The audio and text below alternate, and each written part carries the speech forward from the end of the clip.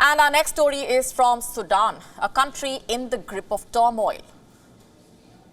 For the last 2 weeks, we have been telling you how two warring sides have been fighting it out in the Sudanese capital in a bid to claim control of the country's governance.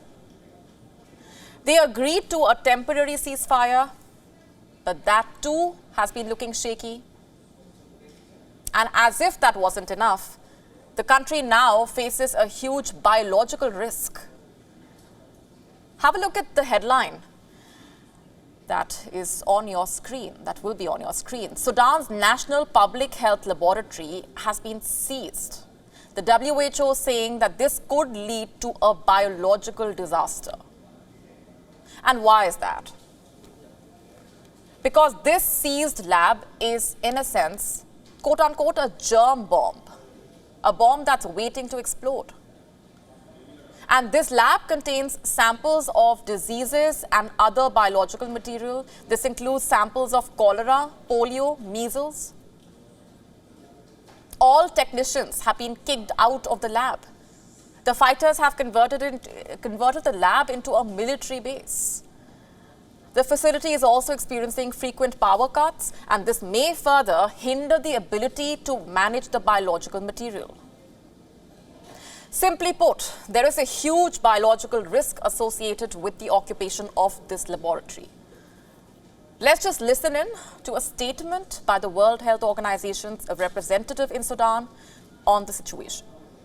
The main referral central public health lab, and there is high risk of biological hazards because in that lab we have polio isolate, we have measles isolates, as well as cholera isolates. So with the electricity shut down and with no technician taking care of all these, the risk of biological hazard is high in Khartoum because of the occupations of the lab by one of the fighting parties. It is not really necessary to say which party. Next question, who has occupied this lab? Is it the Sudanese armed forces or the rapid support forces? No one knows. And the WHO has not named any side in particular. However, medical officials in Sudan say that it has been taken over by the RSF. Due to the ongoing conflict and the inability to access details from on the ground, these claims could not be verified. What we can tell you for sure, though, is that an exodus is underway in Sudan. People are fleeing to neighboring countries like Chad and South Sudan. The UN Refugee Agency is saying thousands had already fled the violence and that it was bracing for up to 270,000 more people to flee. So in South Sudan, the planning figure that we have for the most likely scenario is 125,000 returns of South Sudanese refugees into South Sudan and 45,000 refugees. We think the returns, in fact, we know the returns will take place earlier. They are mostly from Khartoum. And the refugee flows are likely to be afterwards. Our most likely scenario is a situation where you would have one of the part of the conflict controlling Khartoum, more or less, and the other part really basically going back into Darfur with possible destabilization of Darfur and other southern states inside Sudan. And what about the foreign nationals?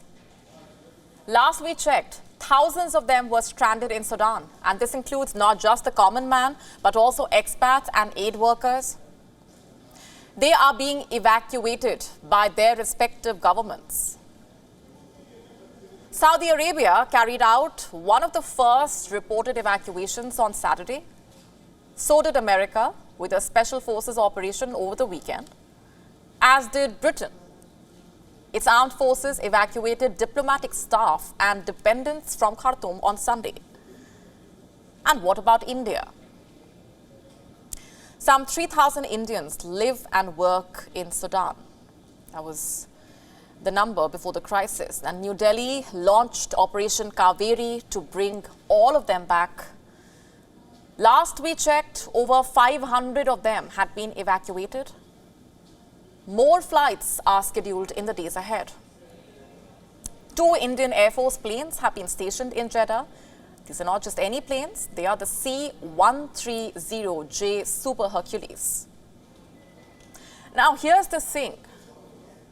The Sudan evacuation has once again brought into focus the particular challenges that India faces in any conflict.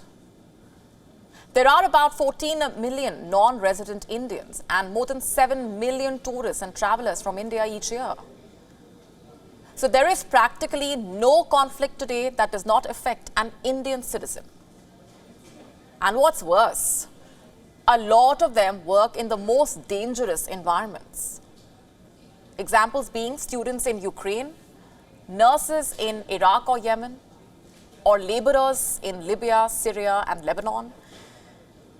And this makes the responsibility of the government to help those without the means to return to safety even greater.